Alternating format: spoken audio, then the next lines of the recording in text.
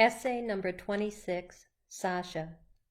Wrong will be right when Aslan comes in sight. At the sound of his roar, sorrows will be no more. When he bares his teeth, winter meets its death, and when he shakes his mane, we shall have spring again. C.S. Lewis, The Lion, the Witch, and the Wardrobe. One rainy and cold January day, we found a black Labrador retriever named Sasha wandering our apartment complex. Travis met her outside someone's door, shivering and wet, waiting for a friend to take her inside. The boys and I stood at the window and watched, and we couldn't not take her, keep her safe from the storm until her owners showed up to take her back. So we brought her home for the day. All morning she ran around our apartment with Isaiah's blue ball, the one covered in the planets and solar system. Saturn would roll over and over on itself as Sasha played fetch with whoever would give her the playful attention she so desperately ached for. I'd sit on the couch to read a book and feel a wet nose near my foot, two eyes looking up at me until I responded. She'd wrestle with Travis and lay down by our husky Sam. Our hearts were full and overwhelmed by her sweet, independent spirit. We took her outside to play in the giant snowflakes that fell for 10 full minutes in the afternoon, she and Sam racing around the complex parking lot with white flecks on their fur. She was so sad, but now she has a family. I love her, Elliot said.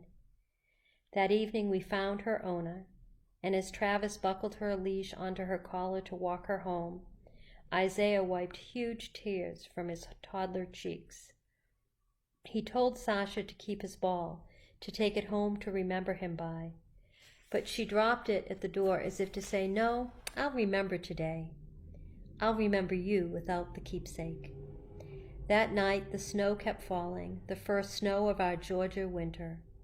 How young Sasha escaped from the apartment across the way is unclear, but everything else makes sense. We needed some extra joy and magic on that first snow day. We needed a reason for celebration.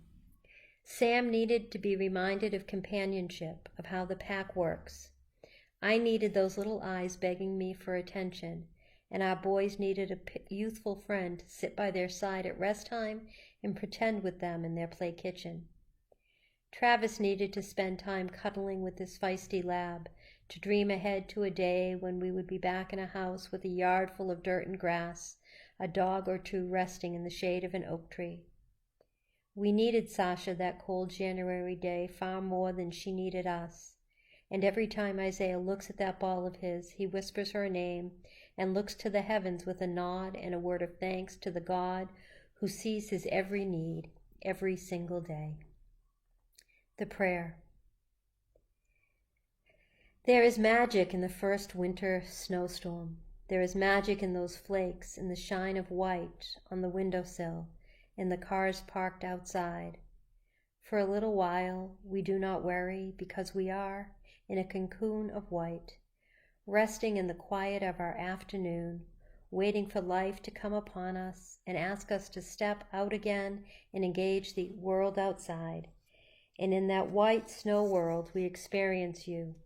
We experience your magical presence, this thing we do not understand, but so long to know.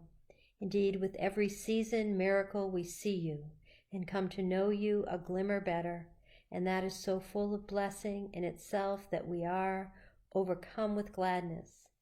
Thank you for the magic. Amen.